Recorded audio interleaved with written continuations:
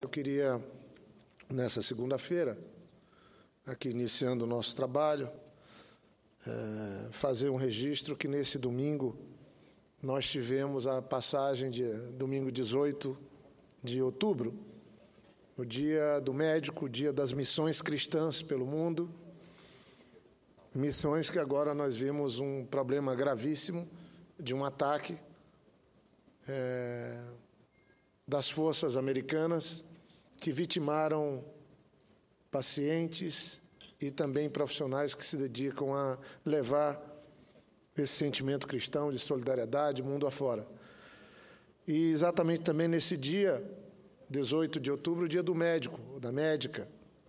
E eu queria deixar registrado aqui nos anais do Senado meus cumprimentos a esses que fazem a opção de estudar, se dedicarem, se aperfeiçoarem, se especializarem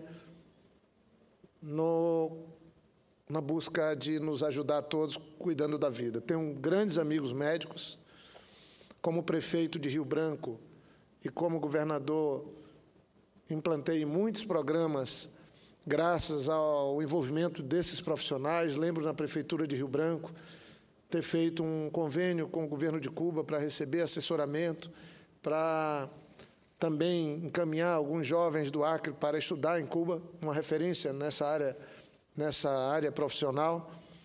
E hoje temos alguns grandes médicos do Acre que foram bolsistas desse programa que eu criei na época e que hoje salvam vidas. No governo do Estado, com a ajuda do médico, meu irmão, e então o senador Tião Viana, nós criamos, com muito sacrifício, numa parceria com a Universidade Federal do Acre, o curso de medicina no Acre, que tem sido fundamental com as residências médicas, com ampliação, apoio da Universidade de Brasília, da Universidade Federal da Bahia, com a participação direta de figuras que escreveram seu nome no surgimento do curso de medicina no Acre. E eu venho fazer esse registro. A ideia do Dia do Médico vem de muito tempo.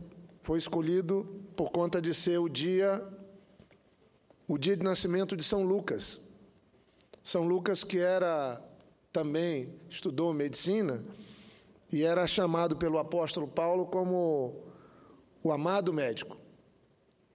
E por conta dessa intenção de valorização da vida, de uma profissão que cuida e faz a defesa da saúde, é que foi, então, instituído o dia 18 de outubro como Dia do Médico.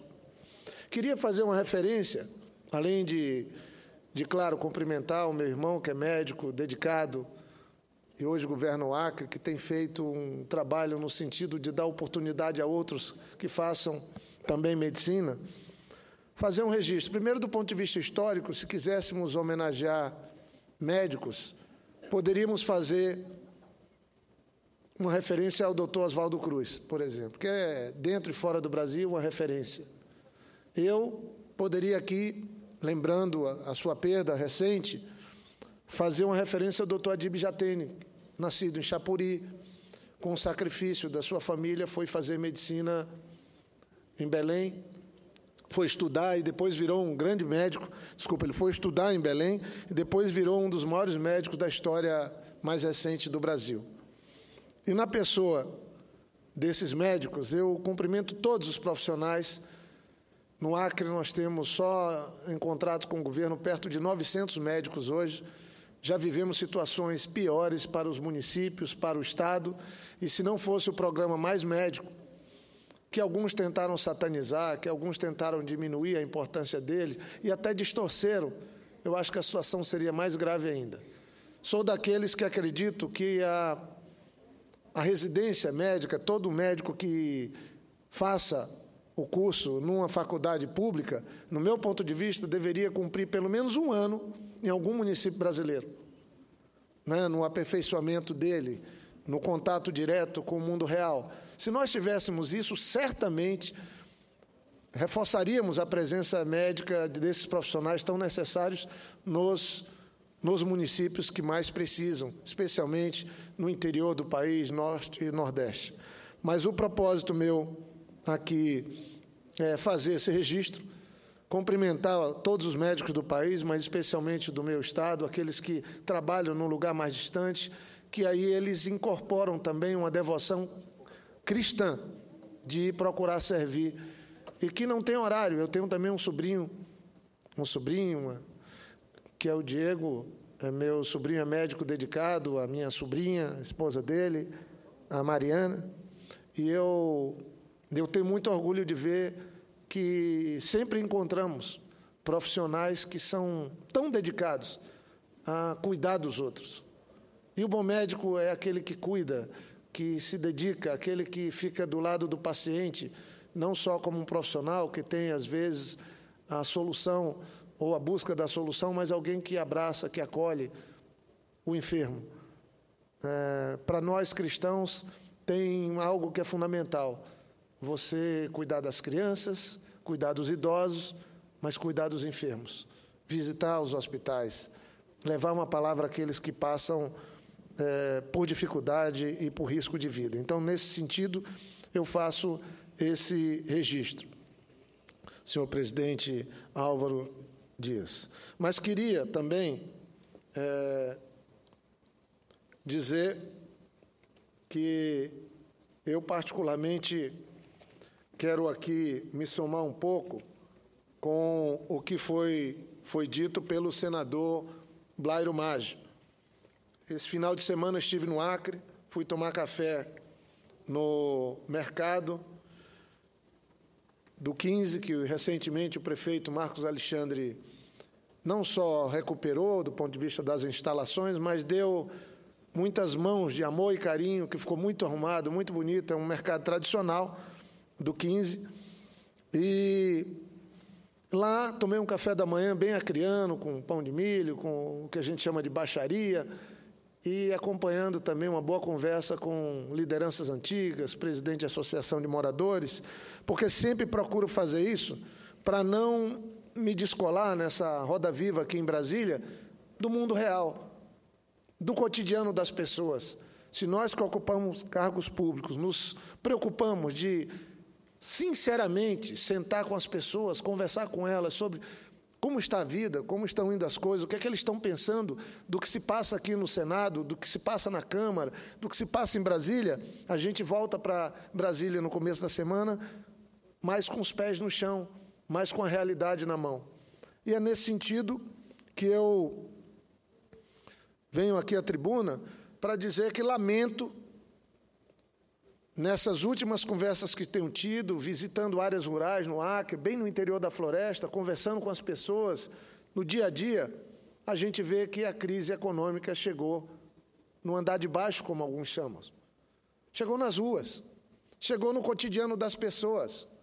As pessoas estão preocupadas, as pessoas simples do nosso povo. Qual era a conversa lá no mercado?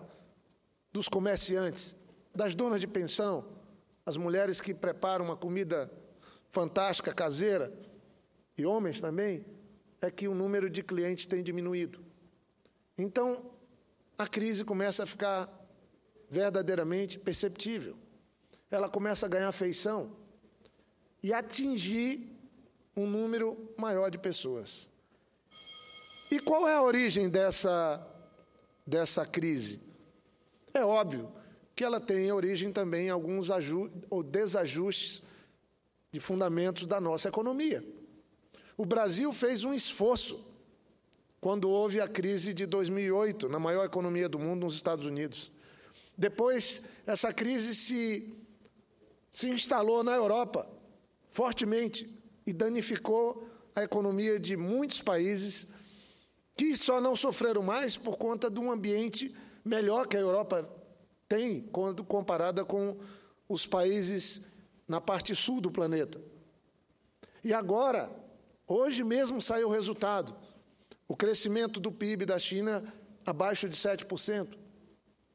E isso afeta fortemente o mundo inteiro, porque o sistema capitalista colocado no mundo, baseado num consumo crescente, sem nenhuma sustentabilidade, ele é um modelo que quando acontece algum problema em um dos países que são os motores dessa economia, afeta todo mundo, especialmente os países que estão ainda na busca de um crescimento com distribuição de renda, um crescimento sustentável, que é o caso do Brasil. O Brasil cresceu muito nos últimos anos, virou uma referência para o mundo, porque teve crescimento econômico e inclusão social. Isso é algo diferente desse modelo que o mundo experimenta há décadas, por que não dizer séculos.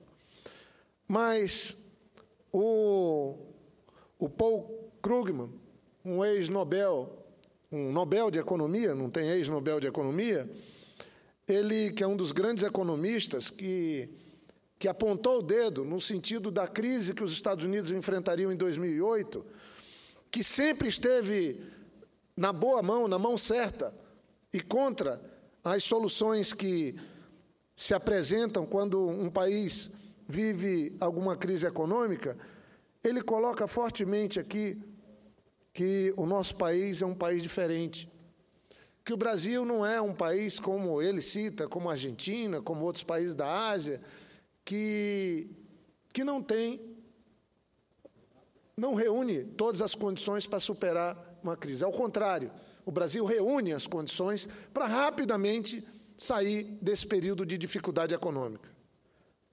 Mas eu ouso dizer que boa parte da crise, da fase que estamos vivendo de dificuldade econômica, é em decorrência da crise política que estamos metidos. Boa parte da confiança perdida por investidores, da confiança perdida pelo cidadão, sem dúvida, ela tem origem nesse enfrentamento fratricida, perigoso que o Brasil está se metendo do ponto de vista da política. Para alguns, a eleição de 2015 não acabou. Desculpa, a eleição de 2014 não acabou. Isso é um problema, porque as tentativas de acerto de contas, de alongar o período das eleições de 2014, só prejudicam o país. E eu não estou aqui querendo passar por cima, senhor presidente, e todos que me ouvem pela Rádio e TV Senado, dos problemas que o próprio governo possa ter criado, ou nós mesmos que atuamos, militamos, dando suporte político ao governo, possamos ter criado com os erros. Não estou. Mas vamos fazer uma conta. Nós estamos já aqui bem avançado em outubro. O ano já está bem perto do fim, pelo menos para a atividade aqui no Parlamento. Temos ainda um certo tempo. Mas vejam, qual foi a produção nossa nesses muitos meses? A votação, a apreciação de matérias que depois ganharam uma tipificação que talvez traduza bem o trabalho feito nas casas legislativas, as pautas bombas. Nós passamos meses votando matérias que depois foram apelidadas e já virou lugar comum de pautas bombas. O que é isso? Matérias votadas na Câmara, no Senado e no Congresso que pioram a saúde econômica do país, que agravam a situação econômica do país. E aí eu digo, mas vem cá, essas matérias foram apresentadas pelo governo federal, pelo Executivo? Não. Essas matérias vieram de várias fontes e muitas delas foram geradas aqui, dentro do Parlamento. Eu não estou eximindo nem o Senado, porque pegamos alguns fatos consumados que vieram da Câmara e endossamos, assinamos embaixo aqui no Senado.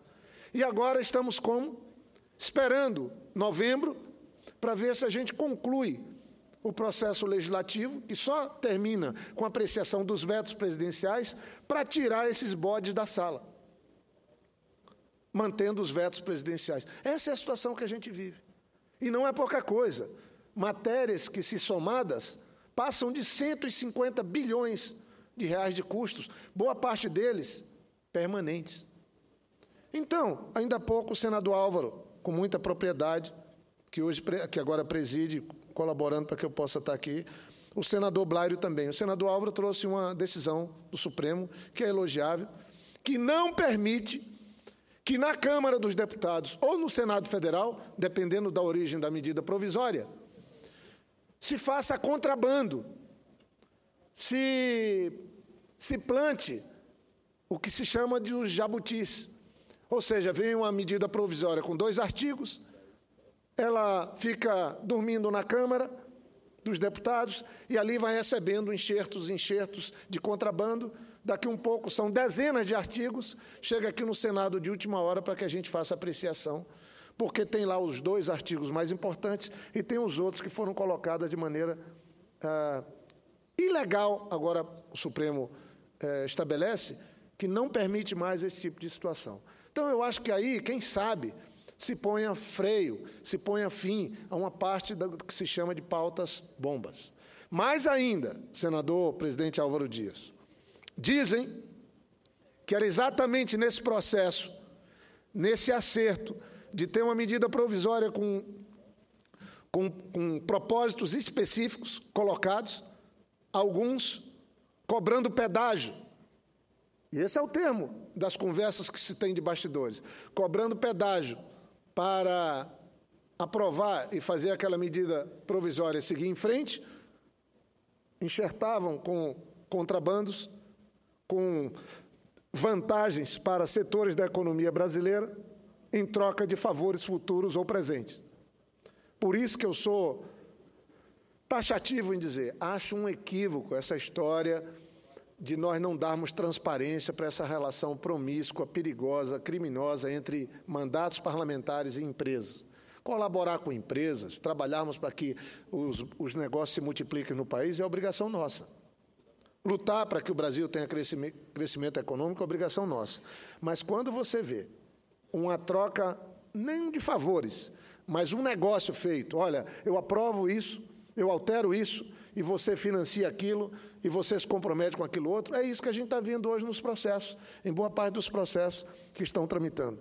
O próprio presidente da Câmara está sendo acusado, mais do que acusado, tem agora as informações que estão sendo colocadas pelo Ministério Público, e eu não quero aqui, como vice-presidente do Senado, entrar nesse mérito, não é adequado, isso é uma questão que está na mão da Justiça, já tem posição clara. Essa semana é uma semana decisiva, certamente, para o presidente da Câmara.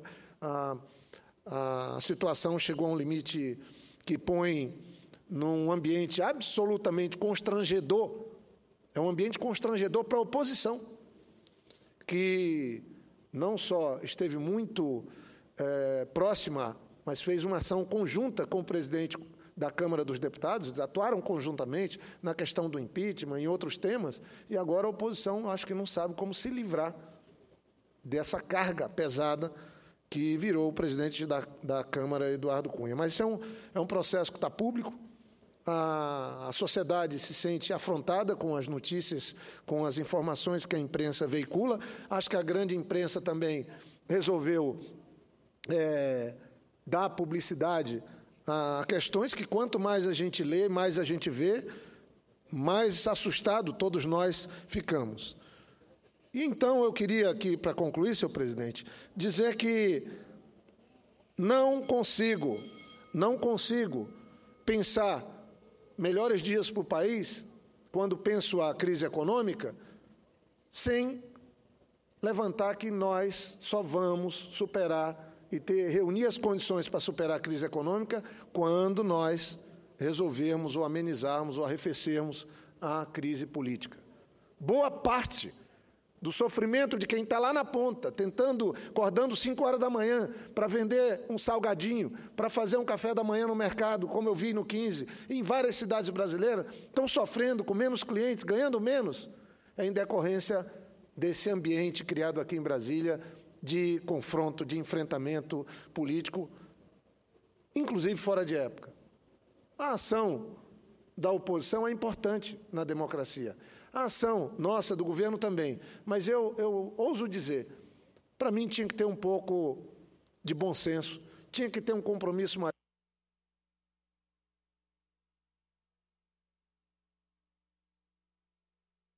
país em primeiro lugar. Será que não era hora das lideranças da situação e da oposição estarem conversando, da gente estar propondo, não um acirramento de mais intolerância, mais enfrentamento? Nós estávamos discutindo, reunindo dirigentes da oposição, conversando com base de apoio ao governo para pensar como a gente diferenciar o embate democrático do dia a dia entre governo e oposição, entre situação e oposição, mas nós fazemos uma agenda pensando o país. Será que não é essa hora? A presidenta Dilma fez uma reforma, agora está procurando ajustar seu governo. Acho que aqui o propósito nosso de buscar uma agenda Brasil, o presidente Renan está procurando dar uma contribuição. Nós podemos ajustar temas que digam respeito ao interesse do cidadão. Esse é um caminho, mas acho que precisa alguém ter coragem de procurar, de bater na porta de um gabinete, de propor uma reunião, de conversar para que a gente possa diminuir a temperatura política no país. É claro que essa questão do presidente da Câmara é gravíssima, deve ocupar aí o noticiário, mas, paralelo a isso, é possível ter uma conversa, é possível ter o início.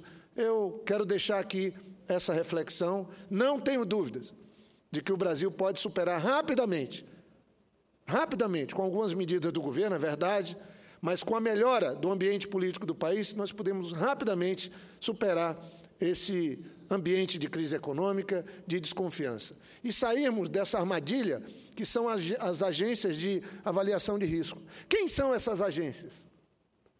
Quem paga essas agências? Elas são empresas financiadas por outras empresas. E aí, para não dizer que eu fico sempre defendendo, querendo distorcer as coisas, alguns podem achar isso, mas qual foi o papel dessas agências na crise econômica dos Estados Unidos de 2008? Em 2008, elas davam nota máxima para os bancos que faliram, que quebraram. Elas davam nota máxima para as empresas que trabalhavam no mercado imobiliário. Sabe o que é que aconteceu? Essas mesmas agências que vêm para cá fazer juízo do Brasil, da economia do Brasil, elas estavam lá dando nota máxima, AAA.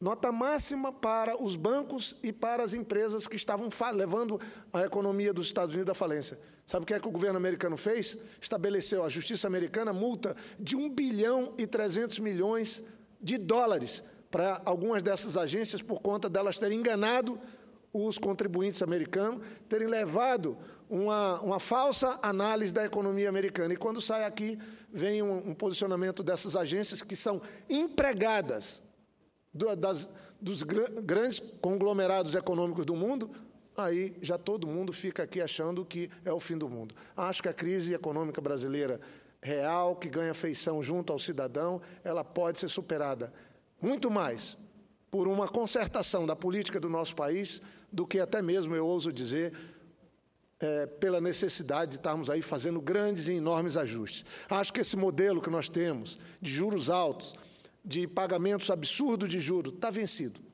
A validade venceu, ele é insustentável. E precisamos, sim, ter correções de rumos nessa área, fazer ajuste fiscal, como foi dito aqui. Acho que os governos, prefeituras e o governo central têm que seguir na linha de aproveitar a crise econômica e fazer ajustes para não ter desperdícios, para não ter abuso de gastos públicos. Mas, sinceramente, acho que o desafio agora é como o Brasil pode ter lideranças que não se apequenem nessa hora, que não empreste para o Brasil o que elas têm de pior. Eu vejo alguns líderes políticos dando para o Brasil o que tem de pior. A política com o fígado, com a bilis, mas que todos nós encontremos uma maneira de oferecer para o Brasil o que nós temos de melhor, para que o Brasil possa superar esse período de dificuldade, para que o brasileiro não sofra mais, para que a brasileira não sofra mais e que o nosso país se reencontre com crescimento econômico, com inclusão social e, obviamente, isso de maneira permanente e sustentável, porque esse é o sonho de todos nós que amamos esse país. Muito obrigado, senhor presidente.